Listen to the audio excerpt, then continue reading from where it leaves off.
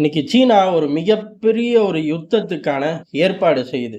தைவானை நோக்கி தாக்குறதுக்கான ஒரு போர் யுத்தி தான் இப்ப பண்ணிக்கிட்டு இருக்கார்கள். ஆனா, இது ஒரு பெரிய விஷயம். சீனா இப்ப பண்றது முழுக்க முழுக்க தைவானை அப்படியே விழுங்கறதுக்கான ஒரு போர் நடவடிக்கை தான். ஆனா, இது எது கடைசி நடவடிக்கை? இதே மத்த ஒரு நாடு சீனாவ தவிர எந்த ஒரு நாடு செஞ்சாலும், ஒரு நாட்டோட எல்லைக்குள்ள போர் ஆரம்பிச்சிருச்சு.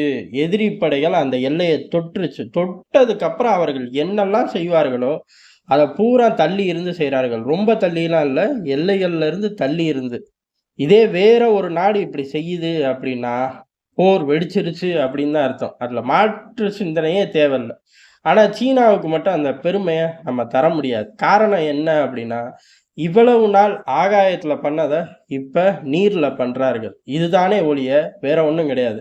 ஆனா இப்ப நீர்ல பண்றதுக்கான காரணம் என்ன அப்படிங்கிறத பார்ப்போம். அதுக்கு முன்னாடி உண்மையிலேயே சீனா பொங்கி எழுந்துருச்சா? இந்த புதிய அதிபரோட ஸ்டேட்மெண்ட் அப்படின்னு கேட்டா, சீனா புதிய அதிபர் இதான் ஸ்டேட்மெண்ட் விடுவார் அப்படின்னு ஊருக்கே தெரியும். சீன அதிபருக்கும் தெரியும். ஆனா, தெரியாம இப்ப தெரிஞ்ச மாரி பொங்கி எந்திரிக்கிறாருன்னு ஒரு பேச்சுக்கு வச்சுக்கிட்டாலும், ராணுவம் அப்படி பொங்கி எந்திரிக்க முடியாது. சீன ராணுவம்னு மட்டும் கிடையாது. உலகத்துல எந்த நாட்டு ராணுவமும் நாட்ட ஆளக்கூடிய தலைமைகள் பாயுங்க அப்படின்னு சொன்னா பாய முடியாது. டேட்டு, அதுக்கான ஸ்ட்ராட்டஜி, அதுக்கான ரெடி மோடு எல்லாமே ராணுவம் தான் முடிவு பண்ணும். ஏற்கனவே தலைமை இத நோக்கி போகிறோம் அப்படின்னு கட்டளை போட்டு தயார் நிலைக்கு வச்சிருந்தா மட்டும் தான் பண்ண முடியும். உலகத்துல எல்லாருக்கும் இதான். சீனாவுக்கு கேட்கவே வேணாம். ரெடி மோட்ல இருங்கடா, இருங்கடா, இருங்கடான்னு 10 வருஷம் சொன்னாலும், கடைசியில தாக்குங்கடா அப்படின்னா, இன்னும் ரெடி இல்லை அப்படிங்கிறது தான் சீனாவோட சமீப கால வரலாறு. அப்படி இருக்கும்போது, இவர் பேசிட்டாரு, சீனா இப்படி நடந்துக்குது அப்படிங்கிறது கிடையாது. ரொம்ப நாள் திட்டம். ரொம்ப நாள் திட்டம். தைவானோட முக்கியமான லொகேஷன்கள நீர் வழியா தாக்குறது. கடற்படைய கொண்டு தாக்கி அழிக்கிறது. உண்மைய சொல்லப்போனா தைவான தாக்கணும் அப்படின்னாலே கடற்படை தான். ஏன்னா அது ஒரு தீவு நாடு.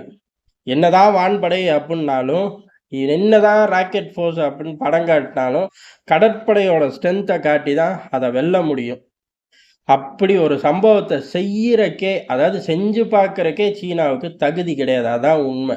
இவ்வளவு நாள் சீனா வான்ல தைவானோட எல்லைகளுக்குள்ள பறக்கும். தைவானோட எல்லைகள் பக்கத்து வரையும் பறக்கும். அதுக்கான காரணம் என்ன அப்படிங்கிறத நம்மளே விரிவா பார்த்துருக்கோம்.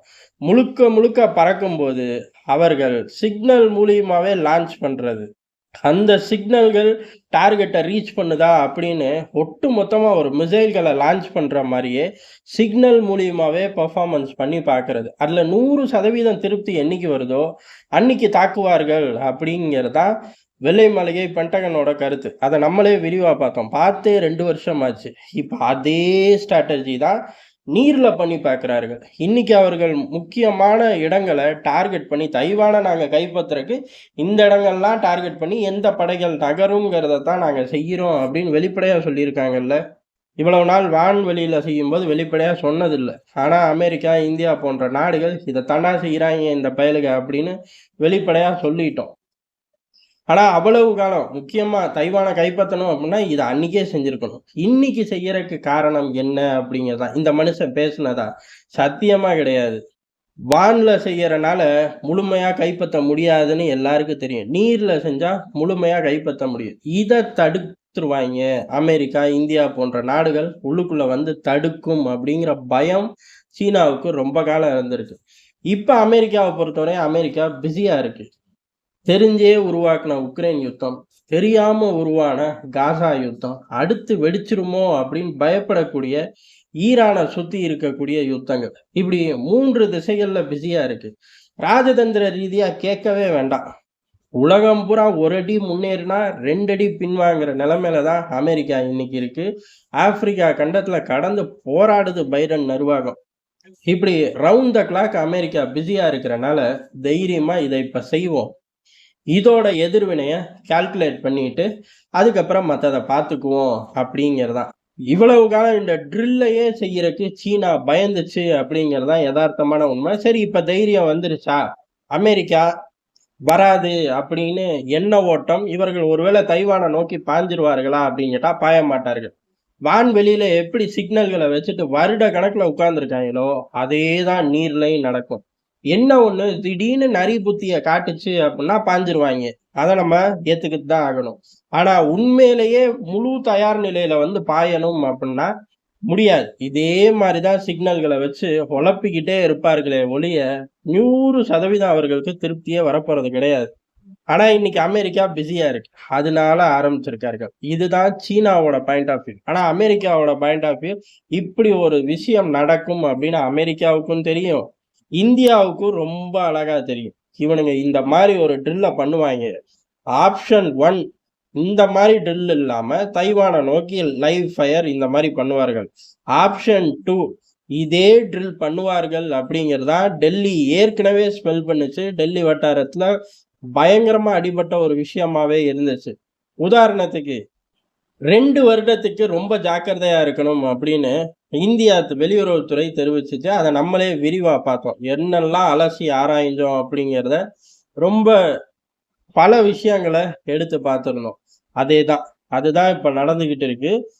இந்தியா, அமெரிக்கா 2 நாடுகளுக்குமே தெரியும். இந்த கூத்து கோமாளி இந்த வேலைய பண்ணுவான் அப்படின்னு. அதுக்காண்டி இது டம்மி. இத பார்த்து பயப்பட தேவையில்ல. இவர்கள் தைவான நோக்கி பாய்ஞ்சாலும் பிரயோஜனம் கிடையாதுன்னு கிடையாது. இருக்கு. ஆனா 100% எஃபிஷியன்சியா இவர்களால தாக்க முடியுமா அப்படின்னு கேட்டா, அங்க தான் சீனா செக்மேட் ஆயிருக்கு. உதாரணத்துக்கு இந்த ட்ரில் வரையும் போகக்கூடிய சீனா, திடீர்னு ஒரு சலசலப்புல லைவாவே உள்ளுக்குள்ள போகவும் சான்ஸ் ஜாஸ்தி. அப்படி லைவாவே ஆக்கறக்கும் அமெரிக்கா, இந்தியா போன்ற நாடுகள் தயாரா தான் இருக்கும். காரணம் என்ன அப்படின்னா, எப்படி அமெரிக்கா பிஸியா இருக்கோ, அதே போல ரஷ்யாவும் பிஸியா இருக்கு. ஐரோப்பாவும் பிஸியா இருக்கு. ஆயுத சந்தை பிஸியா இருக்கு. அதுதான் இங்க முக்கியமா பார்க்கணும். இந்த யுத்தங்கள்ல பூரா எல்லா ஆயுத சந்தைகளும் பிஸியா இருக்கு. அப்ப சீனா ஒரு யுத்தத்த ஆரம்பிச்சுச்சு அப்புட்ன்னா, சீனா முற்றிலும் உள்நாட்டு உற்பத்திய நம்பி தான் இருக்கணும். ரஷ்யா குடுக்குமா அப்படின்னு கேட்டா, ரஷ்யா ஒரு யுத்தத்தையே நடத்துற அளவுக்கு குடுக்காது. ஏன்னா ரஷ்யாவே யுத்தத்துல இருக்கு. வேற பகுதிகள்ல இருந்து கரெக்ட் பண்ணலாம் அப்படின்னு பார்த்தா, எல்லா பகுதிகளும் பிஸியா இருக்கு. உதாரணத்துக்கு ஈரான், காசா யுத்தம் 1 டஜன் இயக்கங்களுக்கு சோறு போட்டு வளர்க்குது. அப்ப அங்கெல்லாம் ஆயுதங்கள் குடுத்துக்கிட்டு தான் வரணும். நெனச்ச மாரி இவர்களுக்கு ஷிஃப்ட் ஆகாது. இந்த 2 நாட்ட தாண்டி வேற எங்கே இருந்து இவர்களுக்கு ஆயுதம் வருமா அப்படின்னு கேட்டா, குடுத்த ஆயுதத்த வேணா வாங்கிக்கலாம். வடகொரியாட்ட இருந்து. ஆனா ரொம்ப குடுத்து வைக்கல. அதனால பிரயோஜனம் கிடையாது.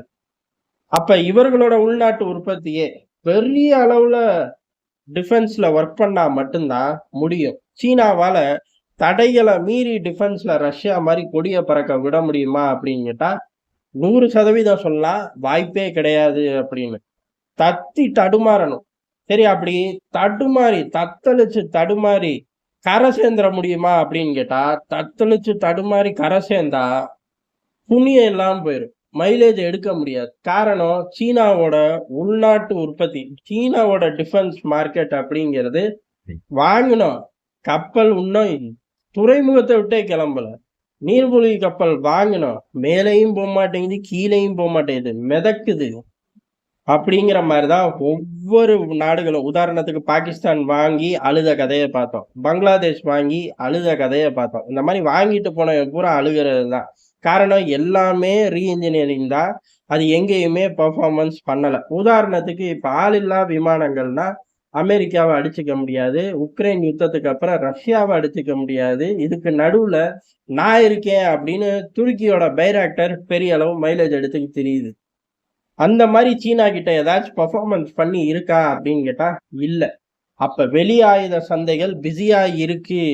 எல்லா நாடும் யுத்தத்துல இருக்கு. நம்ம கிழிச்சு போடலாம் அப்படின்னு சீனா திட்டம் போடுங்கிறது இந்தியா, அமெரிக்காவுக்கு நல்லாவே தெரியும். இதே திட்டமே சீனாவுக்கு பேக் ஃபயர் ஆகும் அப்படிங்கிறதும் இந்தியா, அமெரிக்காவோட கணிப்பு. அத நோக்கி பல விஷயங்கள ஒர்க் அவுட் பண்ணிக்கிட்டு இருக்கோம். உதாரணத்துக்கு தடுமாறி தத்தளிச்சு கூட டிஃபென்ஸுக்கு தேவையான முக்கியமான பார்ட்ஸ் எதுவும் காம்போனன்ட்ஸ் எதுவும் சீனா கைக்கு போயிறக்கூடாது. அது டூயல் பர்ப்பஸா இருந்தாலும் சரி. டிஃபென்ஸு, சிவில் பயன்பாடு அப்படின்னு இருந்தா கூட போக்கூடாதுங்கிறக்கு பல சார்ட் போட்டு ஒர்க் பண்ணி வச்சிருக்கார்கள். நேரம் வரும்போது எடுத்து விடும்போது சீனாவால சமாளிக்கவே முடியாது. அதையும் மீறி சமாளிச்சு உள்ள அதாவது 100% இல்லப்பா 40, 30, 20, 10 அப்படின்னு உள்ள கொண்டு வந்தாலும், அது களத்துல எப்படி பெர்ஃபார்ம் பண்ணும் அப்படிங்கிறது தான். இந்த 2ம் நடக்கும்போது, சீனாவோட பொருளாதாரம் அப்படிங்கிறது இப்ப ரஷ்யா வெளிப்படையா சொன்னுச்சு. டே 1 சொன்னுச்சு. ரஷ்யாவோட கனிம வளம், இயற்கை வளத்த நிராகரிச்சுட்டு உலகத்தால பயணிக்க முடியாது அப்படின்னு ரஷ்ய அதிபர் புட்டின் சொன்னாரு. அதுதான் உண்மையும் கூட. அத வச்சு தான் ரஷ்யாவுக்குள்ள டாலர்கள் பம்ப் ஆகுது.